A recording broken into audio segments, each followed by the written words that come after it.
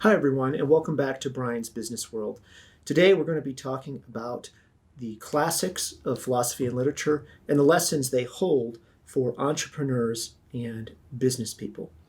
Now, the book I'm going to talk about today may not yet be deemed a classic. It's a fairly recent vintage, but I think it will eventually, over time, be deemed a classic. And that book is called A Gentleman in Moscow by Amor Towles. Now, what's kind of the book in a nutshell?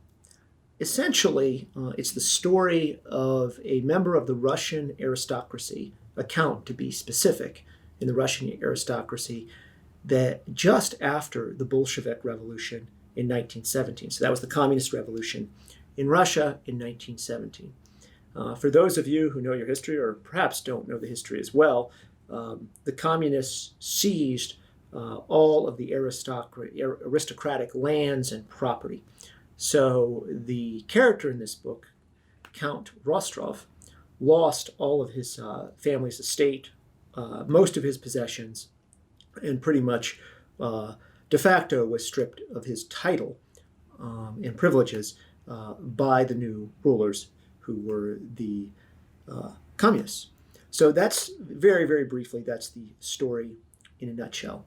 And as part of this story, the Count Rostov is sentenced to house arrest to live in a hotel near the Kremlin called the Metropole. And he can't leave there. The KGB's got agents around. But the book is the story of how he adapts to his circumstances and radically changed life. Now, what is very interesting with this book is that Count Rostov, the character, retains his sense of dignity and class despite a wildly changed society and a wildly changed environment.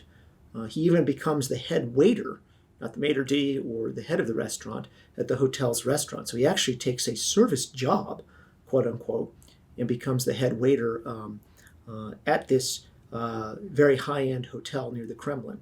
So again, from a landed aristocrat to a waiter is a huge change.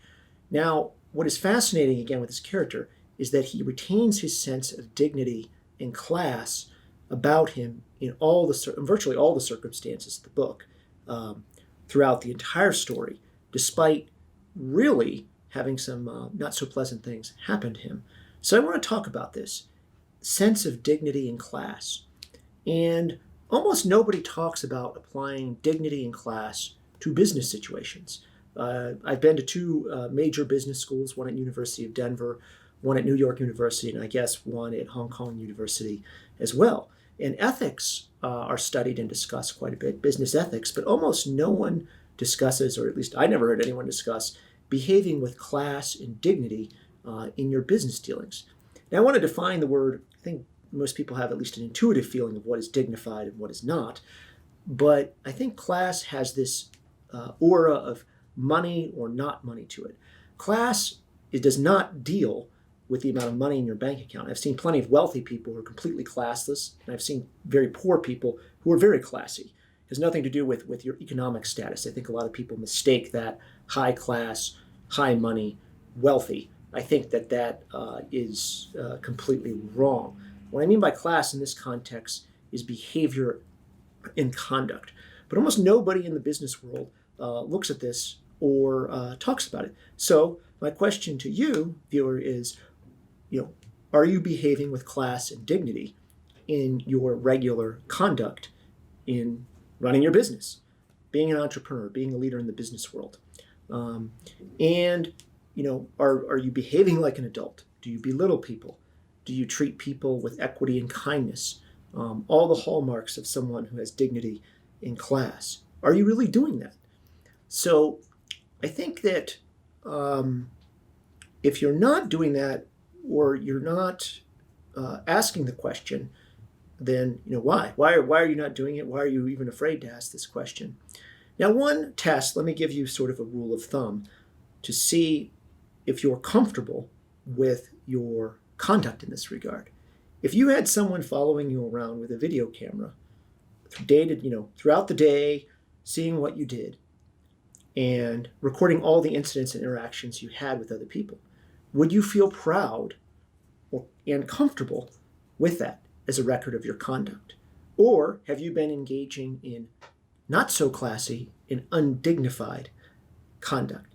If you are uncomfortable with the idea of your behavior being reviewed or recorded and would not be proud of that and would not be comfortable with it, I would offer to you that you're not acting with dignity and class in your regular business dealings.